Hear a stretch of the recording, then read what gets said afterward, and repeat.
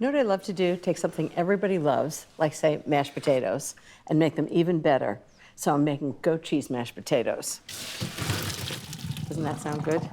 So I've started with 3 pounds of Yukon Gold potatoes, peeled and diced, with 5 cloves of garlic right in the water and a tablespoon of salt. And instead of mashing them, I'm going to puree them in a food mill, which gives them great texture. So I put a coarse blade in there, and I'm just going to put them right through. Remember, the garlic's in here too, so that's going to get processed as well. It's going to be good. And then later, I'm adding lots of goat cheese and maybe a little bit of butter and cream.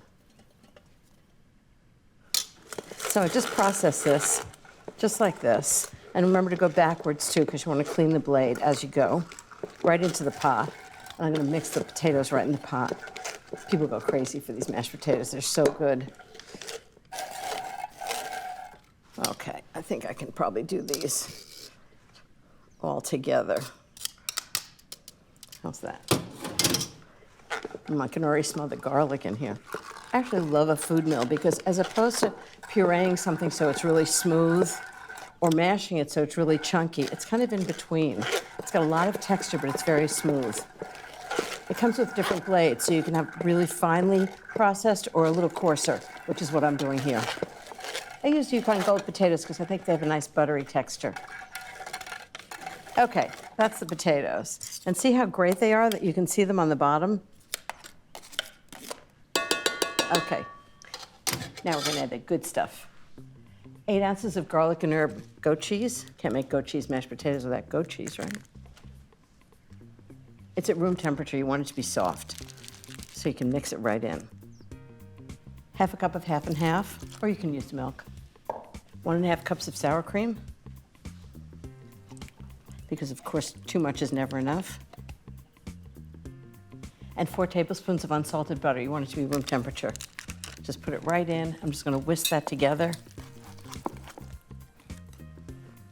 4 teaspoons of salt, which is a tablespoon plus a teaspoon.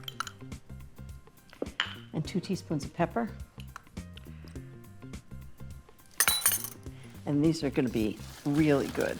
Just going to whisk them together.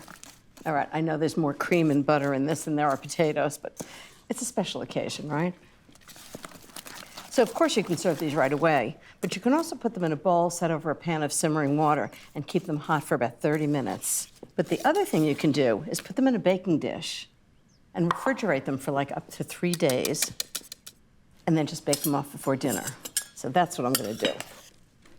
These are so creamy, and I can't imagine why. Everybody thinks you can't reheat mashed potatoes, but it's really not true. As long as you make them so that they're really creamy, you can do it. I'm going to put a little Parmesan cheese on top, about 1/2 cup. And then it's going to be like a mashed potato gratin. Okay, into the oven, 375 degrees for 30 minutes, and I actually have some in the oven that are ready to come out. How good does that look? Wow.